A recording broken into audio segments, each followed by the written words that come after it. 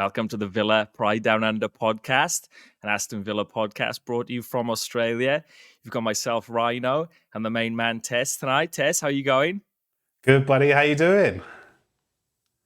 Very well, mate, very well. And I will just kick it off by saying we are expecting a gate crasher at some point. So Spud is a little bit tied up putting the kids to bed at the moment. We are expecting him to pop in at any minute. So just wait for him there. But game over the weekend, mate. Bournemouth at home, 1-1. Let's start with the starting lineup. What did you think when you saw the lineup, mate? Any surprises or any shocks or anything you wanted to see different? No, actually, I was actually pleased with this lineup because I've been desperate to see John Duran get a start. I felt like it was his time to kind of shine, and giving him an opportunity to get in. And against a team like Bournemouth, it would have been a good test, for him to come in and play with the majority of the first team. Good to see McGinn starting again, and I kind of felt that Leon Bailey would have not started this game based on his recent form. So, not too many surprises, to be honest with you. Yeah, I was the same. And I was, with the games coming thick and fast. So played Bologna at home. So when I saw McGinn and Ramsey sort of starting in those wide positions, I was quite happy because obviously we all know Leon Bailey's form start of this season hasn't been great. So it's now on McGinn and Ramsey now, isn't it, to really cement a spot in the starting lineup? I feel like Bailey's had his chance. Obviously, there's more football for him to play, long way to go in the season, but I don't think he's really grabbed that opportunity, and he just hasn't looked like himself as he in recent games. And for me, probably the same could be said about John McGinn and Jacob Ramsey leading up to this point. So those spots are, wide open at the moment, and we'll get into the fixtures later on. But there's a lot of games coming up, cup games, league and Champions League games. So there's going to be plenty of opportunities for those guys. What about the first half, mate? Give me a rundown. What did you think of the first half? What a game of football, first of all, I think. I really enjoyed every minute of it, and I'll tell you how I was watching it, right? So, as you boys know, I was away painting the caravan, and we're painting the outside of the caravan, and we were down in New South Wales, so it was 1 o'clock start in the morning instead of like a midnight start because of the daylight savings. And so I was in the caravan, like the girls were all in bed, and I was sitting there with a laptop right in front of me, hoping that I'm going to get enough service to watch the game. I was sitting there in the dark with my headphones on and everything. It was a bit surreal. So it was like pitch black in there, and just, the laptop light just shining at you. But yeah, what a first half. I thought it had everything, didn't it? It had, I felt like we controlled the game for the majority of the first half, actually. Really interested in the way that we played. Our movement looks really good. Tielemans, of course, looked like he was trying to control the game as usual, but there were shots, there were chances, there were saves. It was exciting. It was just a really exciting first half to watch, to be honest with you. Yeah, I really enjoyed it. I felt that at first Onana was playing a little bit within himself, but then sort of grew into the game and warmed up a little bit. Then there was I think some yellow cards started getting brandished quite early, didn't they? And it's quite a few, actually, wasn't it? I wasn't sure I think it was about 13 them. in total. 13. Oh, so that's like one yellow card short of what the record was. So perhaps the referee was trying to make a name for himself, trying to... I try not to criticize the referees too much, but it was some of the decision making I felt like didn't deserve yellow cards straight away. Obviously, if you get pulling someone back, then you're going to get a yellow card for that. But there were a few yellow cards, but the game didn't seem tetchy to me in that kind of way. It didn't feel like there was a lot of aggression, and yet cards deserve to be brandished. I just felt it was an exciting game, quite quickly paced. So really exciting. What did you think? Interesting. So I thought we started really well. I thought Ollie Watkins looked like he was on early doors, and Jacob Ramsey too. I thought their movement, and I think our left-hand side was causing Bournemouth all sorts of trouble. Yeah. I thought Onana and Tielemans started well, but the early yellow card for Onana, I think after 4 minutes, really stings. And we've got a tendency to do that in recent games, is give away early yellows, and then that sort of forces Emery's hand with subs. But no, I thought we started really brightly. When I saw Mark Travers was in goals instead of Kepa, I thought that's great news for us. A guy who hasn't played a lot of football, the substitute goalkeeper in. I thought this is our chance, and the way we started and the chances we made in that first half, I was thinking this is going to be 2-3-0. We're sort of cruising, and Bournemouth didn't really offer much going the other way. We were so dominant, but for me, the pleasing thing was starting to see Jacob Ramsey sort of get back into his rhythm. I have been a little bit worried about his form and the way he's been playing in recent weeks, and I think having Luca Dean down the left-hand side sometimes doesn't help him, because Luca Dean obviously takes the width down the left, and then Ramsey has to take more of a narrower position. He probably gets crowded out a little bit, whereas we're used to seeing him pick up the ball, driving forward. And I thought, for me, overall, this is probably Ramsey's best game for a long time. I thought he was his most destructive running and, creating opportunities, and I feel like he was in the game from the start. So first half was all us basically, and then obviously a goal ruled out on 27 minutes, ball out of play, but cracking finish by McGinn. But it was just, for me, I guess, to sum up the first half, a word would be wasteful, and I think we really should have been 2-3-0 up with the chances we had and what we were creating. Fair play to Mark Travers, though, coming in. Some of the saves he was pulling off. Yeah. And you sort of think to yourself, it's going to be one of them days. Welcome, mate. Here he is. Hey, hello, mate. We did say at the start, mate, we were expecting a gate crasher after you put the kids down, and you've made it. So that's good news. Oh, man, I literally just messaged you into the group saying, sorry, boys, I'm not going to make it. I'm all set up and everything. And then he just stopped crying. So, man, kids will be I love them. Life, so we've just sort of touched on, and we'll go back actually, Spud. We'll get your thoughts on the starting lineup, mate, for the Bournemouth game. Any surprises or anything you weren't expecting? No, not really, man. It's kind of as I would have expected. Maybe I think Bailey had kind of played himself out of starting spot, really, So I think McGinn is a perfect game to bring McGinn back in, to be honest. No major surprises to me. I think that's pretty much the team I would have went with. It's some will argue that's our best 11 at the moment. Others will argue that plus Bailey is our best 11. So the people that think that then, who do you take out of that 11 to put Bailey in at the moment? So I would say on paper that's probably our strongest outside 11. With the fitness Kamara's at the moment, of all the fit players, I would say that's outside of Duran. I'd imagine on as well, mate. That I think and we were just saying that Bailey. I think he's first. I think Ollie's first choice ahead of Durando in that team. I think Duran started though. Did he? Did Duran start the game? He started the game, didn't he? No, Watkins. Watkins started. No, Watkins started. Yeah. Did he? Yeah, for me, we were just saying, Bailey's had a good run of chances to try and cement that place, hasn't he, out wide, and hasn't grabbed it.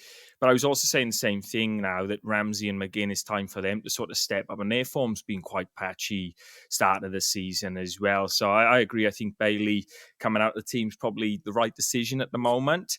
We were just talking about the first half, mate. Do you want to give us a quick summary of what you thought of the first half? It's a bit of a weird one because we were good and bad. There was no, we created enough chances. I think their keeper was pretty decent, made a lot of good saves. We played some lovely football at times, but it was spread out. I don't think we controlled the game throughout. Kind of started to leave them into it, but I think the ref ruined it. There was absolutely no need to give that many yellow cards. Genuinely, I don't think I still can't understand where that many yellow cards came from. I think, was it 7 or 8 in the first half? I think it's a Premier League record for most yellow cards in the first half of a game. And it was by absolutely no means a dirty game.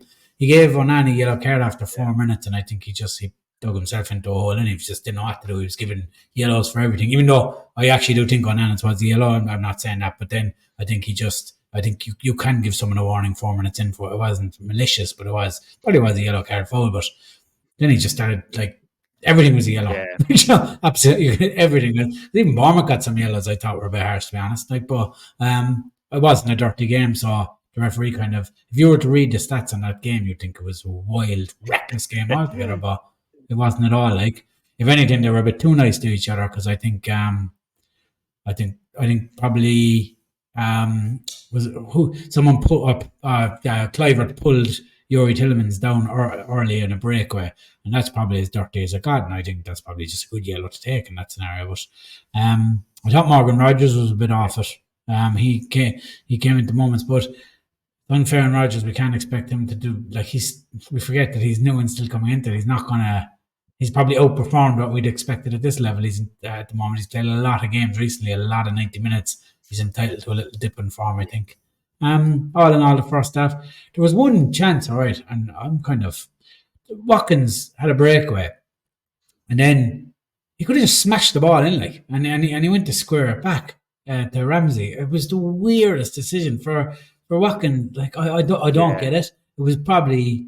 Yeah, do you know what I'm talking about? There's been a couple of instances for me in recent games where we're trying to overplay our hand in like the final third, and instead of someone taking the shot on, we're almost trying to be a little bit too cute with it and then cutting balls back in the box. And there was a few games there in a row where Rodgers and Watkins were sort of disagreeing with each other because, you know, the balls, people were cutting balls back deep where Watkins was right on the goal line, and it just seems a bit... we're just maybe overthinking it a little bit. And I just think in that opportunity, a striker like Watkins just got to take the shot on. And we were saying at the start, with Kepa being out, Mark Travers had a hell of a game, but you want to be testing him. He played a lot of football, obviously. I've never seen him do that for Ireland. I was wondering who was the world number one in that game, because Travers was unbelievable. What were you saying about the pulling back there, though? I actually think that's a coaching directive. I do too. I think it's because we get so many run. I think they're being told to find the runners because it's very effective when it comes off. I agree. I think it's deliberate, but I think you've got to mix. I think we're almost leaning too far one way, is the way I'm seeing it. I feel like sometimes I agree. Yeah, you kind of got to mix it up, and if you keep cutting balls back in the box, it becomes a little bit predictable. And I think, you know, sometimes get the shots off early. You know, Mark Travers hasn't played much game. Fair play to him, probably man of the match, unreal. But I just want to see Watkins get his boot on it. But an interest. That's a save he made from Watkins' header, though. That was an unbelievable. That's probably save of the season, I'd say, so far. Like, Watkins done everything right. He done everything you'd want from your striker. He literally couldn't do more in that instance. And sometimes you just have to put your hand up and say a fantastic save. Like, see people whinging about it, like, Watkins should have scored that, but what more could he have done? I mean, he put it. Like, it looks like it's out of the keeper's reach and everything. Or Travers just got some spin on his back heel and fingertip. Like, you can't. Sometimes you just have to clap your hand. Like, the goalkeepers are professionals too. Like, it's always, you have to give the goalkeeper no pat in the back. But the first half, I thought we probably should have been ahead in the first half. But I don't think we're fantastic either. My mate was actually at the game there, and he was texting me at half time. He had flown over for it, and he was saying that said it was kind of a little bit flat in the stadium except for the hold, but he said, to be fair, they weren't being given much to sing about either. He said, like, there wasn't as much as good as we were, and the keeper made a couple of saves there. He said there wasn't really a lot of goal mode action, and it's probably true. Like, apart from a couple of big saves, for the amount of ball we had, we didn't actually create that much really. Like, the final ball was lacking in a fair few instances, but I think I don't want them to become too reliant on Rodgers either, because they are now expecting him to turn and run every time. And he looked knackered, man, after a half an hour. He looked so tired, man. He's obviously just played like too many minutes. I think it was, I didn't think we'd see him in the second half. But I think it was definitely the right call when they did sub him off. He just genuinely looked tired. So maybe it's good for him now to recharge the batteries. Maybe he gets a good rest now against Palace or whatever Wednesday night. So overall, first half that I think wasn't one for the ages, but I still think we've done enough to be ahead. Fair play to Rodgers. So 0-0 going in at half-time, Tess. I was just going to say, fair play to Rodgers, because he's played a lot of 90 minutes games, and he's got a really, really good engine. And you're going to get tired, man. You're going to get, I was thinking about Matty Cash the other week when people had just on social media were having a go at Matty Cash, and I was just like, playing. Only just come back from injury, and he's playing best part of 90 minutes, and players get tired. and decision making will change for a few moments. But in general, like I thought, Matty Cash had a great game a few games back. But in terms of Rodgers, I think he's earned enough credit in the bank to have a game where he's not firing on all cylinders. You know, he's been really, really strong for us all Definitely. season. And sometimes players are just tired and need a bit of a break. And he's been playing week in, week out, best part of 90 minutes for most games as well. So I think it's just one of those days where it just wasn't on his game. And I was just going to ask you then, Tess, Yeah. 0-0 Yeah. half time. Just give us a summary of the second half, mate. So obviously there was a bit of action in the second half. What did you think of it? It was a whirlwind for me because, as I said, I was sitting in the caravan trying to watch the game on the laptop and everything, and I was just, you know, all right. To be fair, I'd had a couple of glasses of wine, but it was just all action the second half. I felt like there was an opportunity for anyone to score the first goal. I didn't know where our first goal was going to come from, and I certainly didn't expect it to come from Ross Barkley. But look, it was a really good half. A lot of yellow cards issued. I thought both teams were having a go. I think I mentioned in the podcast before, I felt like maybe Bournemouth might want to just go for a draw or something. But for me, they looked like they were really wanting to go for it and felt like we were there to be got at. So really, really good from us. I thought we played some really nice stuff. I'm interested to Onana, Amadou Onana, recently being taken off at half time. Wondering, I think he might have got a knock or something in there, and besides the yellow card, but just wondering about Onana because it's not the first time he's been taken off sort of at half time, is it? And he's been replaced maybe by Ross Barkley.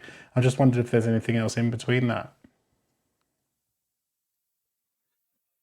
I personally think it's the right call. Every time he's been taken off, it's been the right call. There was 1 or 2 games we needed a switch. We just needed someone to go in and calm things down. So he brought Ross Barkley off. And then the other day, the game that was on it, because Bournemouth Raw was going to try and sit back and then push later on in the game. You can't have your two centre midfielders on the yellow. One of them has to be able to take a yellow at some point in the game. And I think Onana got a yellow after 4 minutes. And I think Tillemans like early 30 minutes, like 32 or whatever. I don't know exactly, can't remember exactly, but you can't go into a game like that and nil all at half time with a team you know are going to come at you at some point and not be able to take a yellow in the 80th minute or whatever.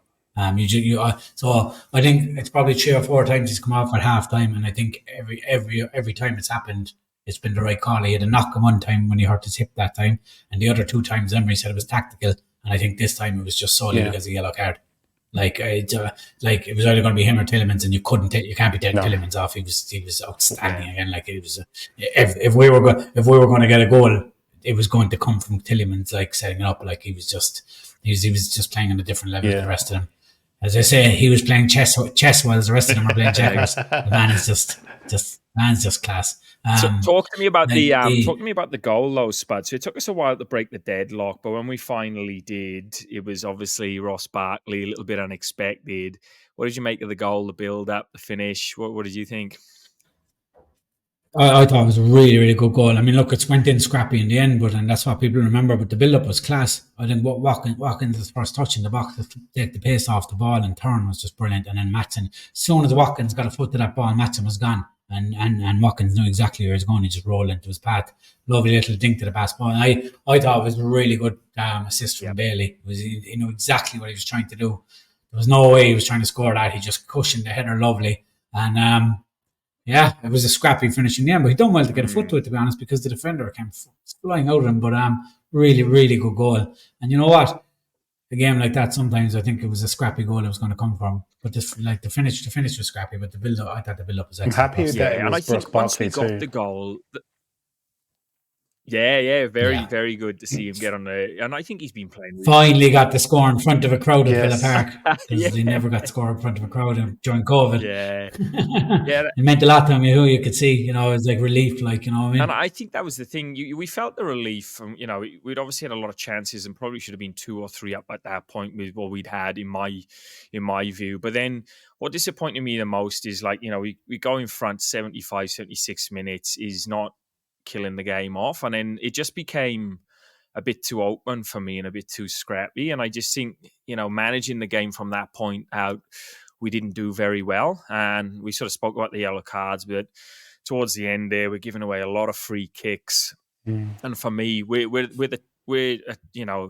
a side that have very good offensive set pieces, but very poor defensively in set pieces. And I think this game showcased that perfectly for me. I think in the first half, we had a couple of nice routines where we've made chances. One was for Onana, the header, and there was a couple of other ones with decoy runners that were making some really good chances from free kicks. But going the other way, I just feel like defensively, we're just not getting it right at the moment. And obviously disappointed to finally get the lead and then work all the way up to the 96th minute. And Tess, you sort of spoke about it just off air, the defending for that set piece, mate. What's your thoughts? I found that, first of all, disappointing to watch the way that we defended that set piece. But I wasn't sure when I watched it. I was just like, I don't know whose man that was. I wasn't sure whether he was supposed to be Cashy's guy or whether it was supposed to be Duran's guy. But what I did see is, for me, I would have gone with Duran because when the ball kind of came in, it looked to me as though Duran had kind of stepped away from the challenge. It almost looked to me like he was ducking down. I don't know whether he saw the way that he saw the ball trajectory coming in. It looked like he was ducking down and not even going forward to head the ball with their goal scorer, Even Nielsen or whatever his name is. Nielsen, yeah. Yeah, so I was in two minds. I was like, well, whose man was that supposed to be? And normally, you'd have somebody shouting at somebody and saying that's your man and stuff. And it looked really, really disjointed when that ball came in. And is his name Tavernier or something like that? He came on when he came on, he was trying to dictate everything. You could see he was vocal. He was trying to dictate everything. And especially for that set piece, he knew what he was. Very experienced. And he knew exactly what he wanted to do in that particular set piece, and this was basically their last chance, pretty much, wasn't it, to get an equaliser? Yeah. And I just felt that we were poor. I don't think we covered that man enough, and it's disappointing, But Bournemouth are a good team, and we just have to do better. And it's something obviously that we'll go back on the training pitch and they'll discuss it and say, this should have been your man, and each player will get their responsibilities given back to them. It was a great goal for them, though. I can't complain. And overall, I don't think they deserved the goal. I felt, actually, for that, they deserved the goal, but I don't think we deserved to draw the game. I felt like we did enough to win that game. We just didn't control the game after we had scored properly. And I think that's a problem for us. I think we have trouble keeping the ball and making sure that the other team don't have a chance to get hold of the ball and give away. I think that it came from Ross Barkley's challenge, didn't it? Ross Barkley got a yellow slide tackle or something down that side, and then they get the set piece, which isn't too far away and perfect angle for them to sort of cross the ball and get a header in. So overall disappointing, but we didn't lose the game, guys. We managed to drop 2 points, if you like, but we didn't lose the game, and so I take that and as a positive, if anything. I mean, Arsenal, lost to that team a couple of weeks ago, didn't they? Arsenal lost to Bournemouth a couple of weeks ago when they scored 2 goals in quick succession. And their manager's a very good manager. Spud and I spoke about it on the previous pod. He's a good manager. They're not a team full of superstars. They've got decent players and a decent coach who's coaching them to play really well. I'll take the draw, but do feel like we should have won that game with the opportunities that we had. What about you, Spud? Yeah, it was kind of weird. I was just going to ask for your final thoughts, mate, on the game there. Yeah, if you round it up for us. Yeah, well, it was a needless tackle by Barkley, and I was disappointed because I think it was just pure adrenaline, and he was just probably buzzing from the goal, and he thought he was taking a smart foul, but the winger was going nowhere. He could have just jockeyed him. Instead, he just cleaned him out of it, and then you look at the other two, and there was definitely a lack of communication between Duran and Cash, because I know exactly what Tess is talking about. It's like Duran headed an invisible ball. The ball came in, and Duran, if you watch it back, Duran's moving a heading motion without jumping, and then Cash is lost. And I would say it's probably Cash's man because you would imagine Duran is there to clear the header, not to chase the man. That's what he's usually there for, set pieces. But either way, it's just a lack of communication, and it shouldn't happen.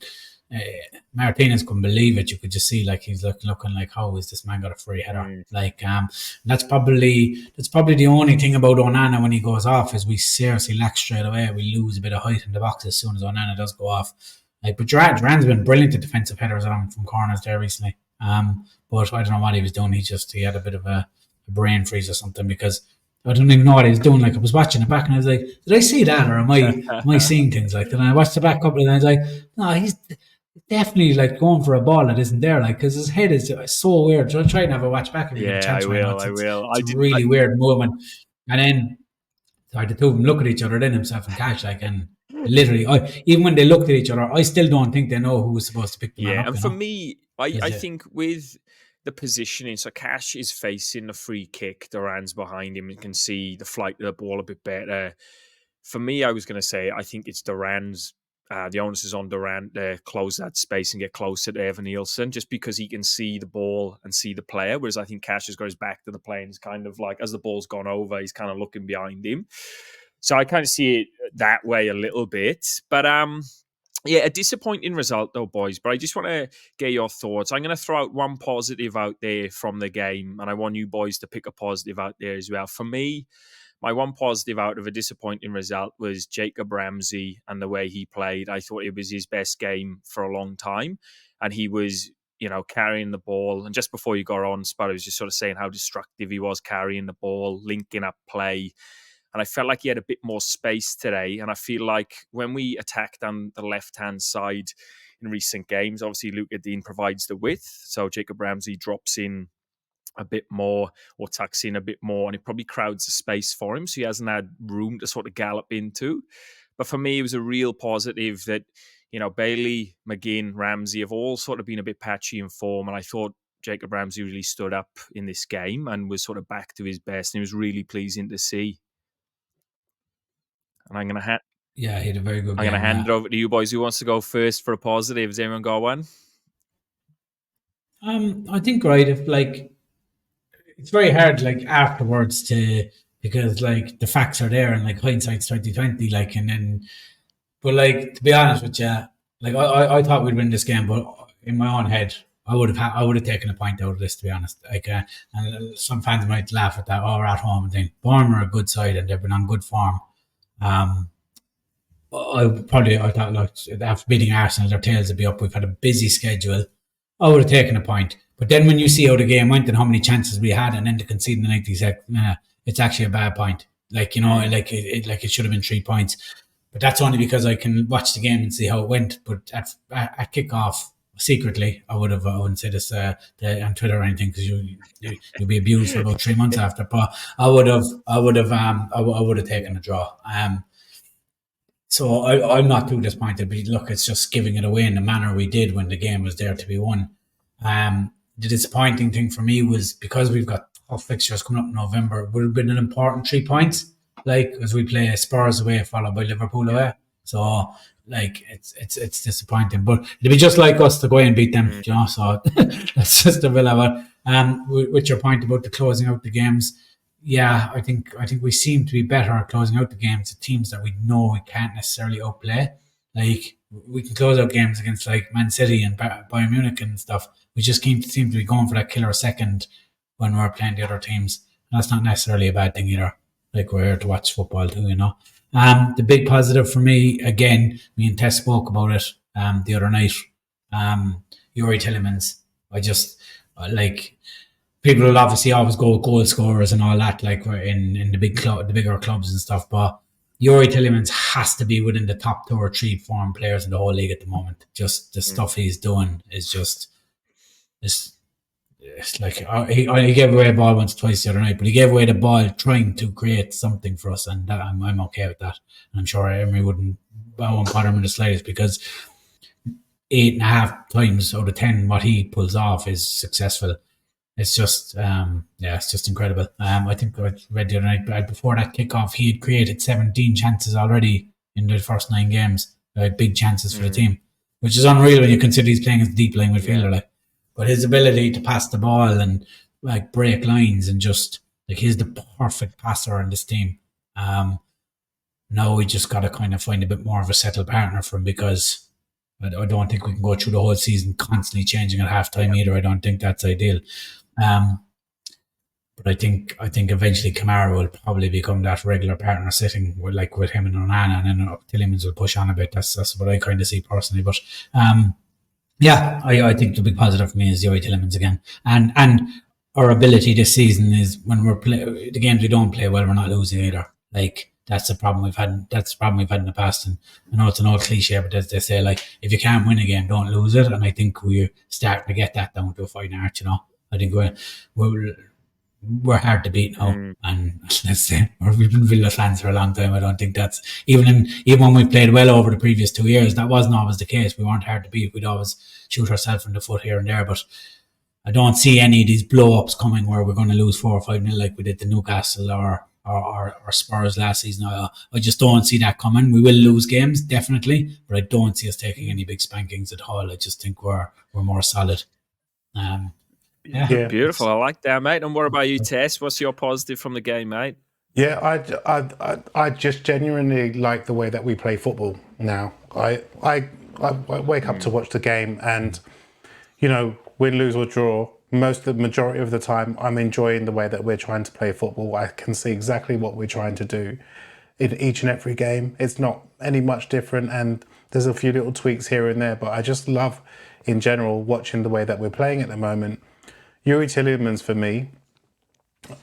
Got to say goodbye to Dougie now, haven't I? So, lump in my throat and all that kind of stuff. Here comes the eulogy. It was nice knowing you, Doug.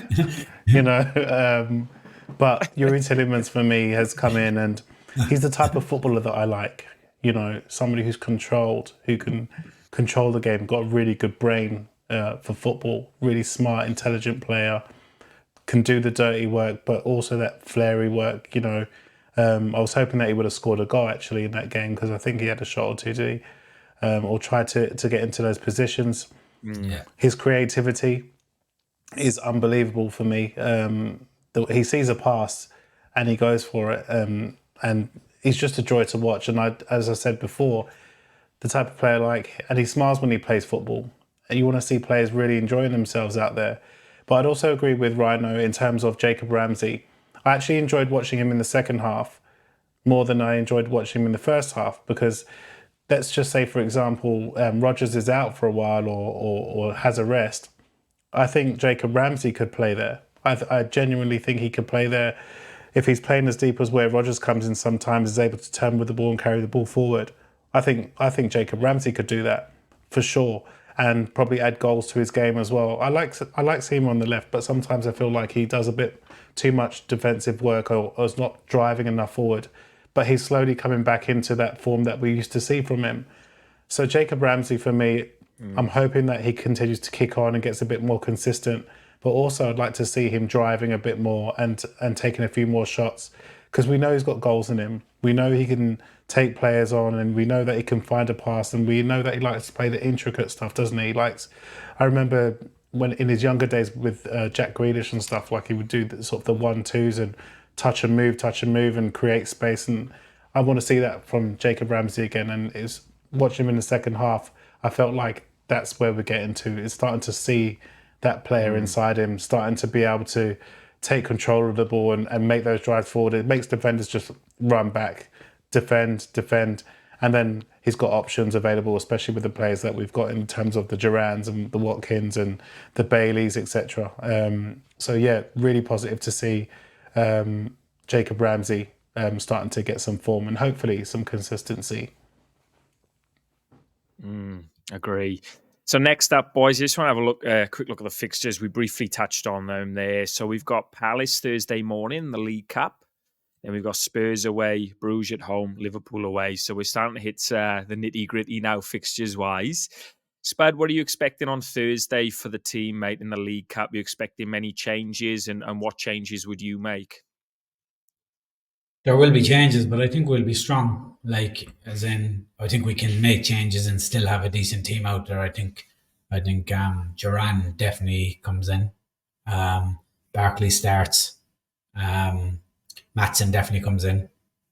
Um, the thing is, sorry, I just want to go back to that again 1 second because it is relevant to what I'm going to say about the next team that I picked up. Were any of you surprised when we went 1-0 up that because I texted one of the lads at the time and I said it's very strange. I thought at that point he should have taken Matty Cash off because Matty Cash looked tired, put Cons out right back, and then brought Diego Carlos in to see out the game. Was I the only one who thought that was the obvious move at that point though? Because Cash was looking tired. So did any of you think I that? No? agree. I do agree. I think Matty Cash isn't long back from injury, and he did look very leggy. And I Yeah. don't think he was, I'm not one of these people on Twitter bashing Matty Cash. I'm just saying I don't think he particularly had a great game anyway. So there's definitely merit in what you're saying. There's probably bringing Diego Carlos in, who I think has been playing really well in recent weeks as well. Diego Carlos, after a ropey patch, I think he's been playing well. And what we touched on earlier is when Onana goes off, Diego Carlos obviously a bit of physicality, doesn't he, in the box and the ability to head the ball and yeah, probably would have been really handy towards the end of the game, given the amount of free kicks we were giving away and the balls coming in. So I agree, it would have been a smart move, I think.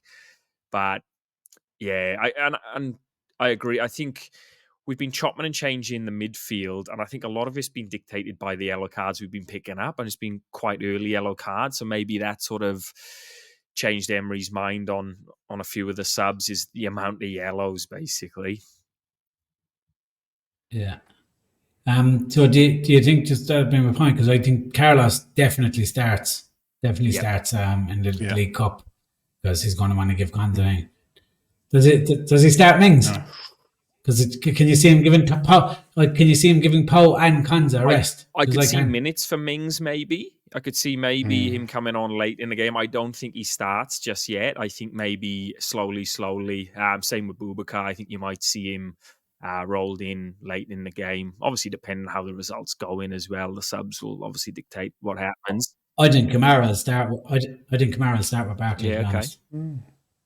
What about you, Tess? What's your thoughts on Palace Thursday morning? Who have you got on the team? Yeah, so I think there's changes. Possibly a goalkeeper change as well. I'm thinking maybe. I think Palace will. I don't think they're going to play their strongest squad. I think they're a team that will more than likely want to preserve their best players for Premier League matches, if I'm being honest. But I think there might be quite a few wholesale changes for us. There's nothing that I've seen so far to tell me that, but I just think there's a bunch of players that need minutes, and we've got a bunch of good players who could possibly do a good job against Crystal Palace, knowing the way that we play. I think there's a goalkeeper change. I'd imagine Olsen or Gauchi will play. I'd imagine difficult. I'd put Gauchi in, but I'd imagine that Olsen will play. I think Matson will start alongside Diego Carlos and Konza. I just think it's a little bit too early for Tyrone Mings. He hasn't had any minutes so far. To throw him in to start a match, I just think might be a little bit too much. But I do think he will get minutes. Kashi will play. I think Kashi will play and play it right back. Be interesting to see. I think Tielemans should have a break and have a rest. And so I would probably go with Barkley and Onana. And Jaden Philogene will be back, will he? From his suspension. Yes. So there's a possibility if he's fit, Jaden could play. Because I think we can make wholesale changes based on the squad that we've got. So, and I still think maybe Ramsey would play. Maybe Buendia will get a game. It'd be nice to see Buendia get a game now, seeing as he hasn't played. Yeah. He's had a few minutes here and there, but maybe it's time to give him a start and see how he goes, even if it's for the first half or for the first 60 minutes or so. And Duran will play up top, I think. McGinn will probably start they'll probably bring McGinn in and let McGinn start as captain as well, seeing as he hasn't really played since he's come back maybe got into a bit of form now. It was good to see him put the ball back in there, and I was like, oh, maybe this is kick-starting McGinn's season again. So and get some form in. So maybe McGinn will start as well. That's probably what I would like to see, and I wouldn't have any complaints if we did make wholesale changes. It just depends on obviously what Emery wants to do. Yeah, and What do you think? in the same boat as you boys, I think we'll see a lot of changes. I think possibly Kamara Mings off the bench. Durant to start, definitely Maatsen to get a start. Interesting that Jelkovic wasn't on the bench on the weekend. I would assume he'll get some minutes against Palace, but I don't know whether there's an injury. I'm not up to date on that one. But yeah, wholesale changes for me. And I think it's needed, and I think you boys touched on it really well. In the Bournemouth game, you're starting to see a few players look a bit leggy, and you're already racking up a lot of game time early in the season. So it's probably the ideal opportunity now to get some minutes into Buendia and some of these other guys and just freshen it up a little bit. I'm desperate for a League Cup run and an FA Cup run, boys. I'd love some silverware. I'm sure we all would. So whatever happens, whoever goes out there, we can get a win. So yeah, and just before we wrap up, boys, any final thoughts?